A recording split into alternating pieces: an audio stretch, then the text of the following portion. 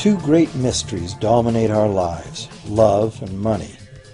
What is love is a question that has been endlessly explored in stories, songs, books, movies, and television. But the same cannot be said about the question, what is money? It's not surprising that monetary theory hasn't inspired any blockbuster movies, but it was not even mentioned at the schools most of us attended. For most of us, the question, where does money come from, brings to mind a picture of the mint printing bills and stamping coins. Money, most of us believe, is created by the government. It's true, but only to a point. Those metal and paper symbols of value we usually think of as money are indeed produced by an agency of the federal government called the Mint. But the vast majority of money is not created by the Mint. It is created in huge amounts every day by private corporations known as banks. Most of us believe that banks lend out money that has been entrusted to them by depositors. Easy to picture, but not the truth. In fact, banks create the money they loan, not from the bank's own earnings, not from the money deposited, but directly from the borrower's promise to repay. The borrower's signature on the loan papers is an obligation to pay the bank the amount of the loan plus interest, or lose the house, the car, whatever asset was pledged as collateral. That's a big commitment from the borrower. What does the same signature require of the bank? The bank gets to conjure into existence the amount of the loan and just write it into the borrower's account. Sound far-fetched? Surely that can't be true. But it is.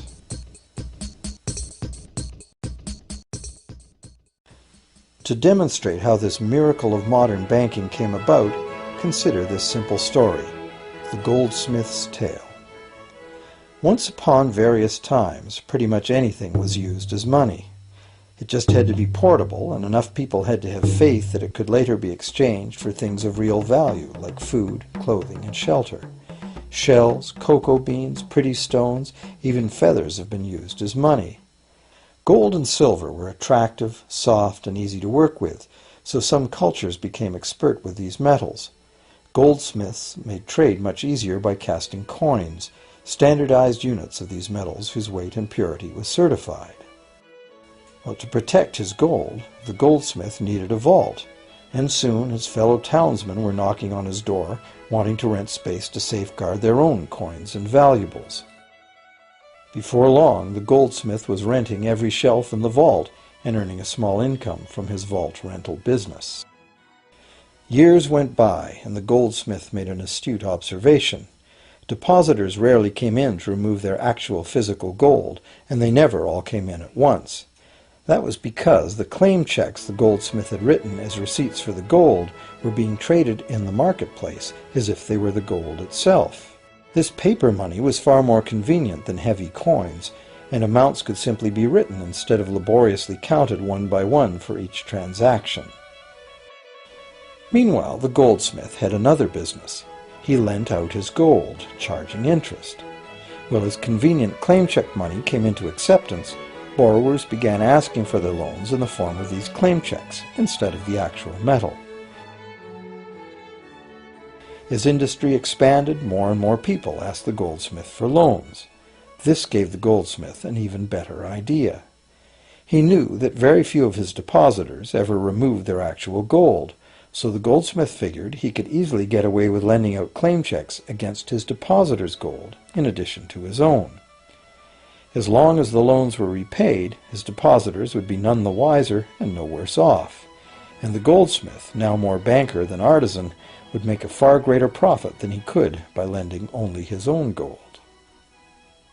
For years, the goldsmith secretly enjoyed a good income from the interest earned on everybody else's deposits. Now a prominent lender, he grew steadily richer than his fellow townsmen, and he flaunted it. Suspicions grew that he was spending his depositors' money. His depositors got together and threatened withdrawal of their gold if the goldsmith didn't come clean about his newfound wealth. Contrary to what one might expect, this did not turn out to be a disaster for the goldsmith. Despite the duplicity inherent in his scheme, his idea did work. The depositors had not lost anything. Their gold was all safe in the goldsmith's vault.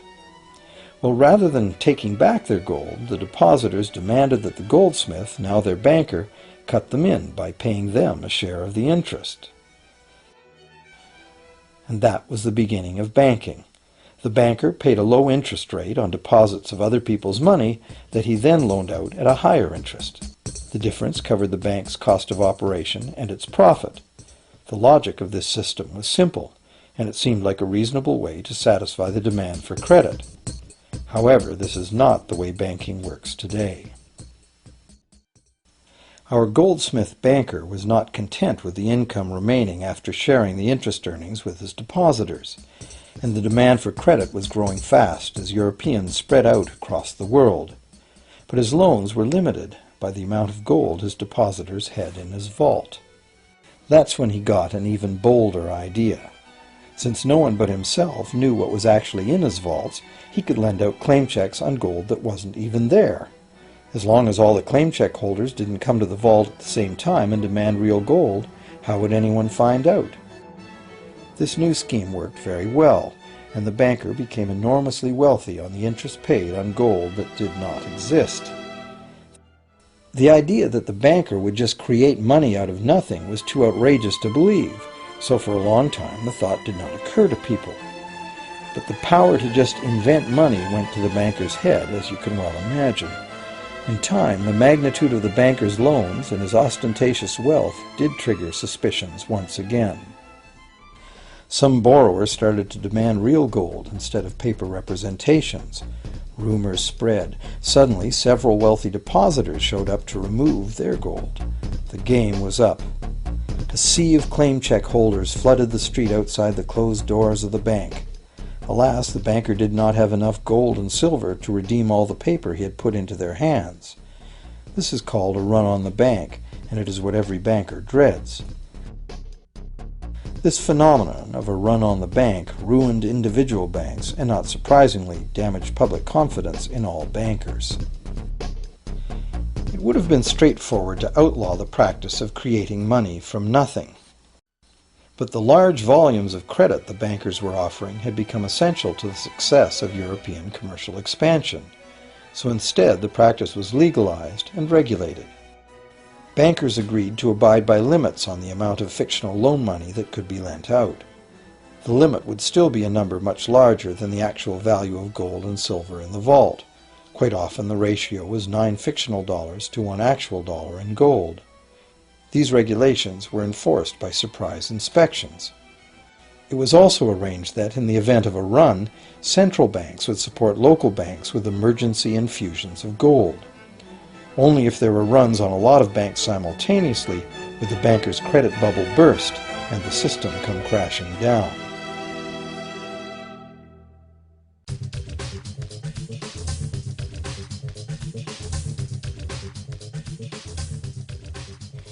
Over the years, the fractional reserve system and its integrated network of banks backed by a central bank has become the dominant money system of the world. At the same time, the fraction of gold backing the debt money has steadily shrunk to nothing. The basic nature of money has changed. In the past, a paper dollar was actually a receipt that could be redeemed for a fixed weight of gold or silver. In the present, a paper or digital dollar can only be redeemed for another paper or digital dollar. In the past, privately created bank credit existed only in the form of private banknotes, which people had the choice to refuse, just as we have the choice to refuse someone's private check today. In the present, privately created bank credit is legally convertible to government-issued fiat currency, the dollars, loonies, and pounds we habitually think of as money. Fiat currency is money created by government fiat or decree, and legal tender laws declare that citizens must accept this fiat money as payment for debt, or else the courts will not enforce the obligation. So now the question is, if governments and banks can both just create money, then how much money exists?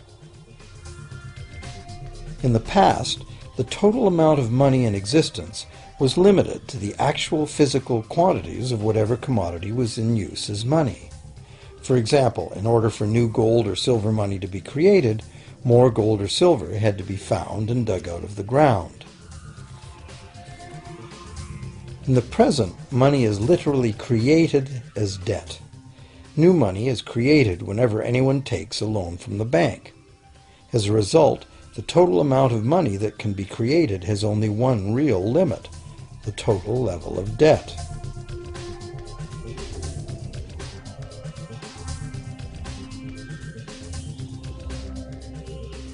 Governments place an additional statutory limit on the creation of new money by enforcing rules known as fractional reserve requirements.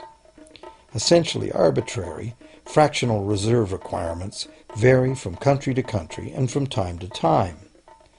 In the past, it was common to require banks to have at least $1 worth of real gold in the vault to back $10 worth of debt money created. Today, reserve requirement ratios no longer apply to the ratio of new money to gold on deposit, but merely to the ratio of new debt money to existing debt money on deposit in the bank. Today, a bank's reserves consist of two things: the amount of government-issued cash or equivalent that the bank has deposited with the central bank, plus the amount of already existing debt money the bank has on deposit. To illustrate this in a simple way, let's imagine that a new bank has just started up and has no depositors yet. However, the bank's investors have made a reserve deposit of $1,111.12 of existing cash money at the central bank. The required reserve ratio is 9-to-1. Step 1. The door is open and the new bank welcomes its first loan customer. He needs $10,000 to buy a car. At the 9-to-1 reserve ratio, the new bank's reserve at the central bank, also known as high-powered money, allows it to legally conjure into existence 9 times that amount, or $10,000, on the basis of the borrower's pledge of debt. This $10,000 is not taken from anywhere. It's brand new money simply typed into the borrower's account as bank credit. The borrower then writes a check on that bank credit to buy the used car. Step 2. The seller then deposits this newly created $10,000 at her bank. Unlike the high-powered government money deposited at the central bank, this newly created credit money cannot be multiplied by the reserve ratio. Instead, it's divided by the reserve ratio. At a ratio of 9-to-1, a new loan of $9,000 can be created on the basis of the $10,000 deposit. Step 3. If that $9,000 is then deposited by a third party at the same bank that created it or at a different one, it becomes the legal basis for a third issue of bank credit, this time for the amount of $8,100. Like one of those Russian dolls, where each layer contains a slightly smaller doll inside, each new deposit contains the potential for a slightly smaller loan in an infinitely decreasing series. Now, if the loan money created is not deposited at the bank, the process stops. That's the unpredictable part of the money creation mechanism.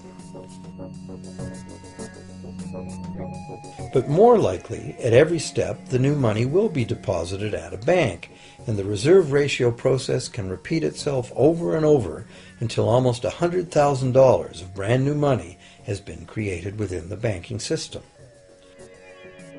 All of this new money has been created entirely from debt, and the whole process has been legally authorized by the initial reserve deposit of just $1,111.12, which is still sitting untouched at the central bank. What's more, under this ingenious system, the books of each bank in the chain must show that the bank has 10% more on deposit than it has out on loan. This gives banks a very real incentive to seek deposits in order to be able to make loans, supporting the general but misleading impression that loans come out of deposits. Now, unless all the successive loans are deposited at the same bank, it cannot be said that any one bank got to multiply its initial high-powered money reserve almost 90 times by issuing bank credit out of nothing. However, the banking system is a closed loop. Bank credit created at one bank becomes a deposit in another, and vice versa. In a theoretical world of perfectly equal exchanges, the ultimate effect would be exactly the same as if the whole process took place within one bank. That is, the bank's initial central bank reserve of a little over $1,100 allows it to ultimately collect interest on up to $100,000 the bank never had.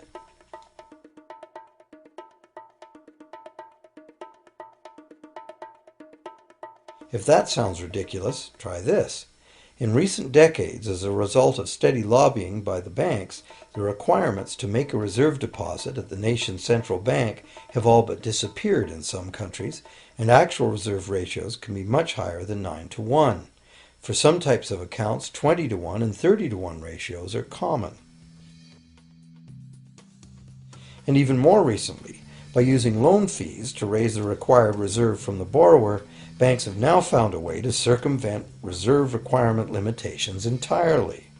So, while the rules are complex, the common sense reality is actually quite simple. Banks can create as much money as we can borrow.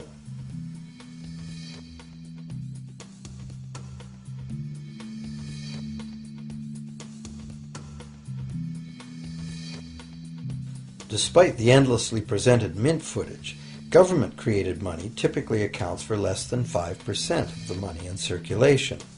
More than 95% of all money in existence today was created by someone signing a pledge of indebtedness to a bank. What's more, this bank credit money is being created and destroyed in huge amounts every day, as new loans are made and old ones repaid.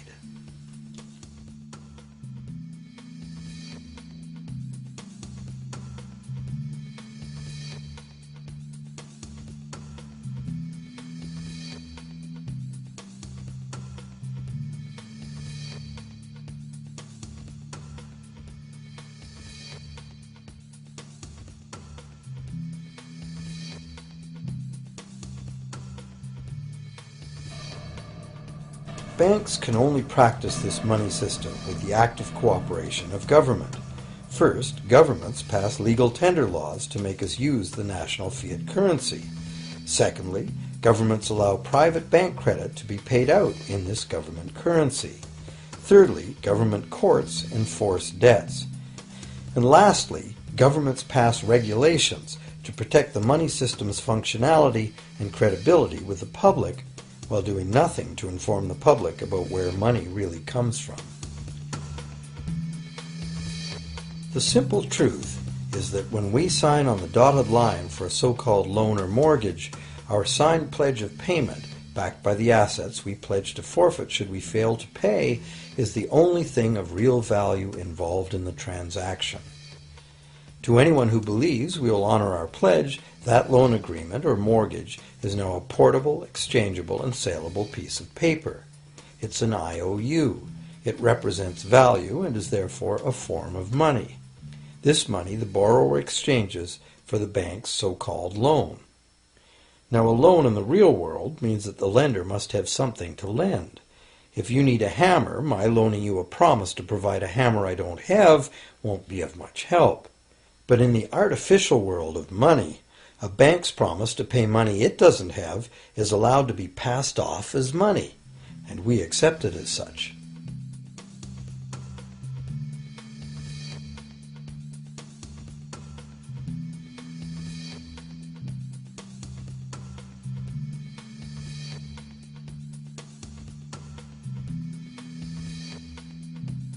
Once the borrower signs the pledge of debt, the bank then balances the transaction by creating, with a few keystrokes on a computer, a matching debt of the bank to the borrower. From the borrower's point of view, this becomes loan money in his or her account, and because the government allows this debt of the bank to the borrower to be converted to government fiat currency, everyone has to accept it as money. Again, the basic truth is very simple. Without the document the borrower signed, the banker would have nothing to lend. Have you ever wondered how everyone, governments, corporations, small businesses, families, can all be in debt at the same time and for such astronomical amounts? Have you ever questioned how there can be that much money out there to lend? Now you know. There isn't. Banks do not lend money. They simply create it from debt. And as debt is potentially unlimited, so is the supply of money. And as it turns out, the opposite situation is also true. Isn't it astounding that despite the incredible wealth of resources, innovation, and productivity that surrounds us, almost all of us, from governments to companies to individuals, are heavily in debt to bankers? If only people would stop and think, how can that be? How can it be that the people who actually produce all the real wealth in the world are in debt to those who merely lend out the money that represents the wealth? Even more amazing is that once we realize that money really is debt, we realize that if there was no debt, there'd be no money.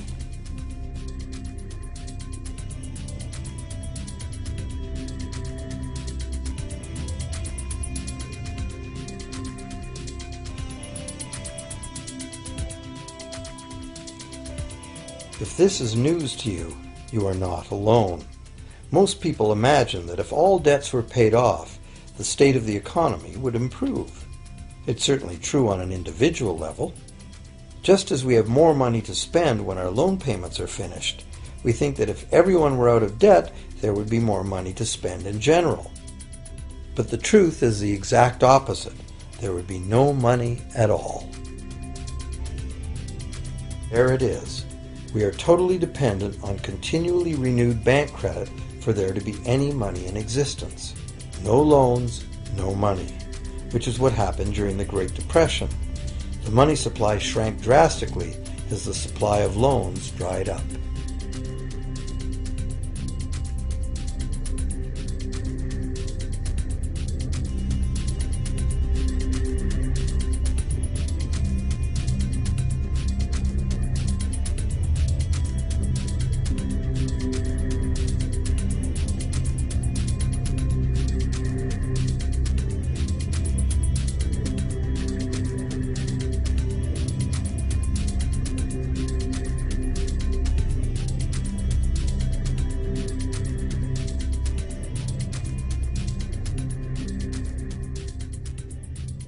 And that's not all.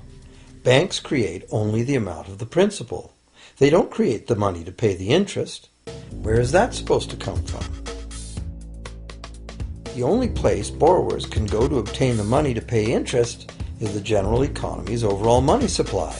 But almost all that overall money supply has been created exactly the same way, as bank credit that has to be paid back with more than was created.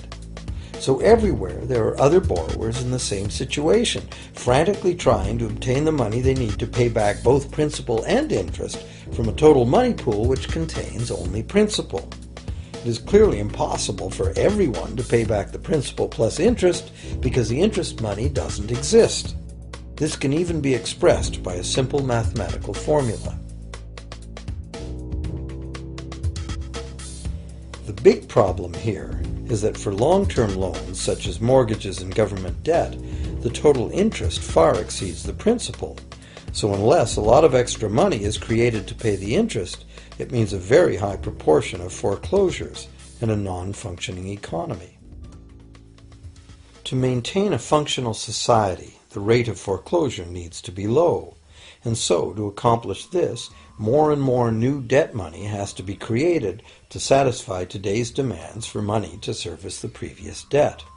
But of course, this just makes the total debt bigger, and that means more interest must ultimately be paid, resulting in an ever-escalating and inescapable spiral of mounting indebtedness.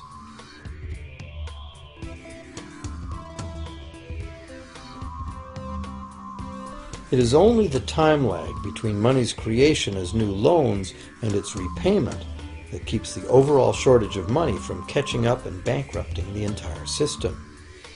However, as the bank's insatiable credit monster gets bigger and bigger, the need to create more and more debt money to feed it becomes increasingly urgent. Why are interest rates so low? Why do we get unsolicited credit cards in the mail? Why is the U.S. government spending faster than ever? Could it be to stave off collapse of the entire monetary system? A rational person has to ask, can this really go on forever? Isn't a collapse inevitable?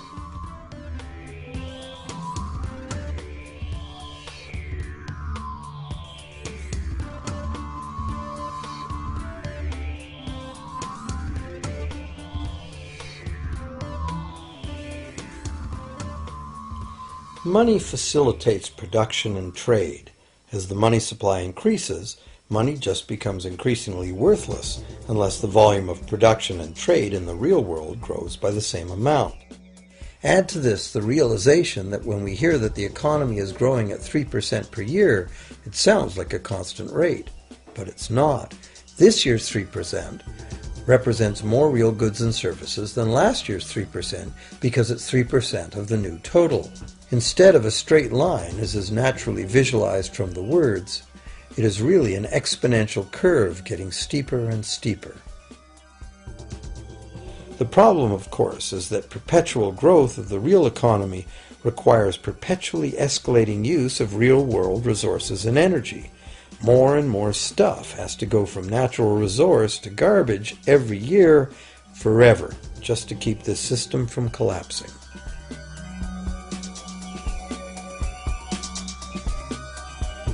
What can we do about this downright scary situation? For one thing, we need a very different concept of money. It's time more people asked themselves and their governments 4 simple questions. Around the world, governments borrow money at interest from private banks. Government debt is a major component of total debt, and servicing that debt takes a big chunk of our taxes. Now we know that banks simply create the money they lend, and that governments have given them permission to do this. So the first question is, why do governments choose to borrow money from private banks at interest when government could create all the interest-free money it needs itself? And the second big question is, why create money as debt at all? Why not create money that circulates permanently and doesn't have to be perpetually reborrowed at interest in order to exist? The third question, how can a money system that can only function with perpetually accelerating growth be used to build a sustainable economy? Isn't it logical that perpetually accelerating growth and sustainability are incompatible? And finally, what is it about our current system that makes it totally dependent on perpetual growth? What needs to be changed to allow the creation of a sustainable economy?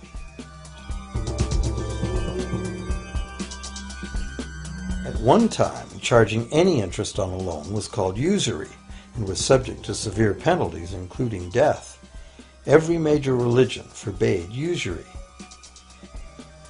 Most of the arguments made against the practice were moral. It was held that money's only legitimate purpose was to facilitate the exchange of real goods and services. Any form of making money from simply having money was regarded as the act of a parasite or of a thief. However, as the credit needs of commerce increased, the moral arguments eventually gave way to the argument that lending involves risk and loss of opportunity to the lender, and therefore attempting to make a profit from lending is justified. Today, these notions seem quaint, Today, the idea of making money from money is held as an ideal to strive for. Why work when you can get your money to work for you? However, in trying to envision a sustainable future, it's very clear that the charging of interest is both a moral and a practical problem. Imagine a society and economy that can endure for centuries because, instead of plundering its capital stores of energy, it restricts itself to present-day income. No more wood is harvested than grows in the same period. All energy is renewable: solar, gravitational, geothermal, magnetic, and whatever else we discover. This society lives within the limits of its non-renewable resources by reusing and recycling everything, and the population just replaces itself. Such a society could never function using a money system utterly dependent on perpetually accelerating growth. A stable economy would need a money supply at least capable of remaining stable without collapsing. Let's say the total volume of this stable money supply is represented by this big circle. Let's also imagine that moneylenders must actually have existing money to lend. If some people within this money supply begin systematically lending money at interest, their share of the money supply will grow. If they continually reloan at interest all the money that gets paid back, what's the inevitable result? Whether it's gold, fiat, or debt money doesn't matter. The moneylenders will end up with all the money. And after the foreclosures and bankruptcies are all filed, they'll get all the real property too. Only if the proceeds of lending at interest were evenly distributed among the population would this central problem be solved. Heavy taxation of bank profits might accomplish this goal, but then why would banks want to be in business? If we were ever able to free ourselves of the current situation, we could imagine banking run as a non-profit service to society, dispersing its interest earnings as a universal citizen dividend, or lending without charging interest at all.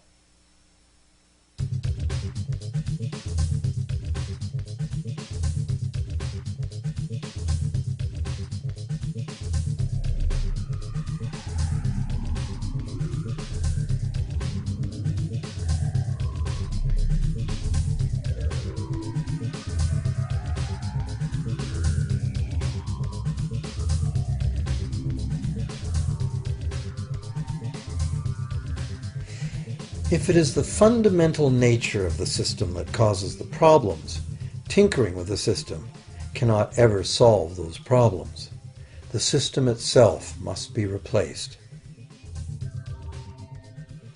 Many monetary critics call for a return to gold-based money, claiming that gold has a long history of reliability. They ignore the many scams that can be played with gold: shaving coins, debasing the metal, cornering the market, all of which were abundantly practiced in ancient Rome and contributed to its fall. Some advocate silver, it being more abundant than gold and therefore more difficult to corner. Many question the need to bring back precious metals at all. No one wants to go back to carrying heavy sacks of coins to go shopping. It's a certainty that paper, digital, plastic, or more likely biometric ID money would be the real medium of trade, with the same potential for creating unlimited debt money we have now. Beyond that, if gold again became the sole legal basis of money, those who have no gold would suddenly have no money. Other monetary reform advocates have concluded that greed and dishonesty are the main problems, and that there may be better ways to create an honest and equitable money system than returning to silver or gold. Inventive minds have proposed a variety of alternate ways to create money. Many private barter systems create money as debt, much as banks do, but it is done openly and without charging interest. An example is a barter system in which debt is expressed as pledges of hours of work, all work being valued equally at a dollar figure that then allows hours to be equated with the dollar price of goods. This kind of money system can be set up by anyone who can devise a way to do the accounting and find willing and trustworthy participants. Setting up a local barter money system, even if it were little used now, would be prudent emergency planning for any community. Monetary reform, like electoral reform, is a big topic, and one that requires a willingness to change and to think outside the box. Monetary reform, again, like electoral reform, will not come easily, because the enormously powerful interests that benefit from the existing system will do their utmost to maintain their advantage. Now that we've seen that money is just an idea, and that in reality money can be whatever we make it, here's one very simple alternative monetary concept to consider. This model is based on systems that have worked in the past, in England and America, systems that were undermined and destroyed by the Goldsmith bankers and their fractional reserve system.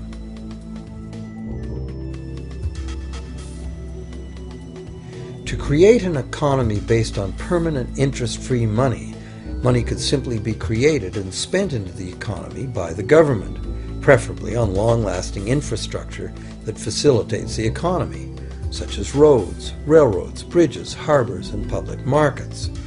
This money would not be created as debt, it would be created as value, that value being in the form of whatever it was spent on. If this new money facilitated a proportional increase in trade requiring its use, it would cause no inflation whatsoever. If government spending did cause inflation, there would be two courses of action available. Inflation is equivalent in effect to a flat tax on money. Whether the money goes down in value 20% or the government takes 20% of our money away from us, the effect on our buying power is the same. Viewed this way, inflation in place of taxation might be politically acceptable if well spent and kept within limits. Or government could choose to counter inflation by collecting tax monies that it then takes out of use, thus reducing the money supply and restoring its value. To control deflation, which is the phenomenon of falling wages and prices, the government would simply spend more money into existence. With no competing private debt money creation, governments would have more effective control of their nation's money supply. The public would know whom to blame if things went wrong. Governments would rise and fall on their ability to preserve the value of money. Government would operate primarily on taxes, as it does now, but tax money would go much, much further, as none of it would be required to pay interest to private bankers. There could be no national debt if the federal government simply created the money it needed. Our perpetual collective servitude to the banks through interest payments on government debt would be impossible.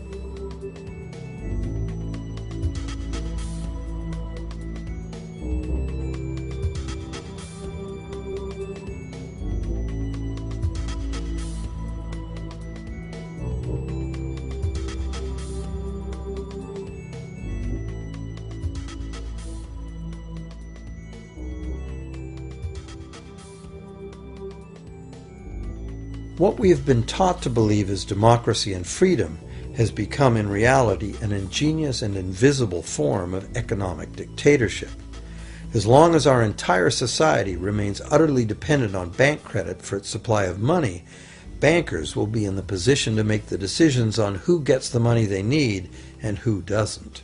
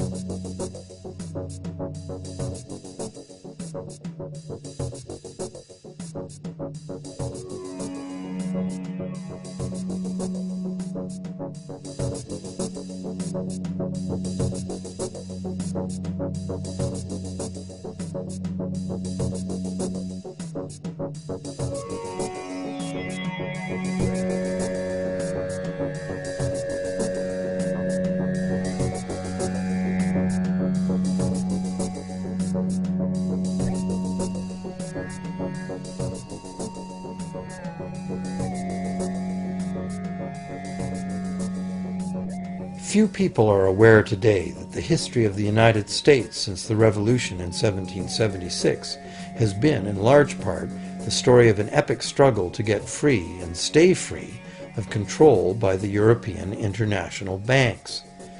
This struggle was finally lost in 1913 when President Woodrow Wilson signed into effect the Federal Reserve Act, putting the international banking cartel in charge of creating America's money.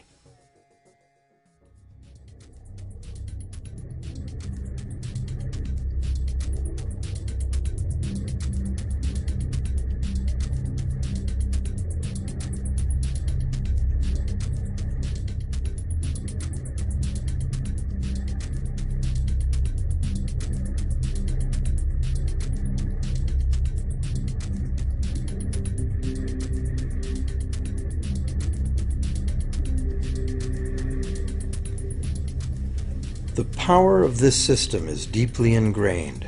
So is the educational and media silence on the subject. Years ago, a Canadian Deputy Prime Minister surveyed scores of non-economists, both highly educated professionals and common-sense people on the street, and found that not one of them had an accurate understanding of how money is created. In fact, it's probably safe to say that most people, including the frontline employees of banks, have never given the matter a moment's thought. Have you?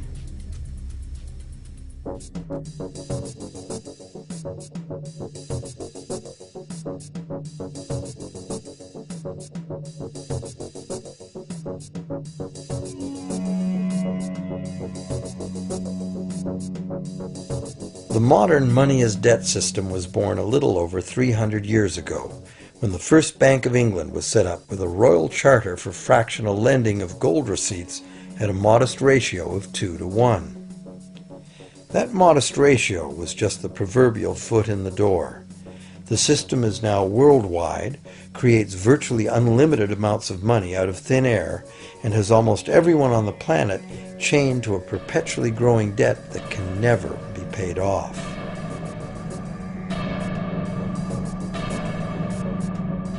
Could it have all happened by accident? Or is it a conspiracy? Obviously, something very big is at stake here.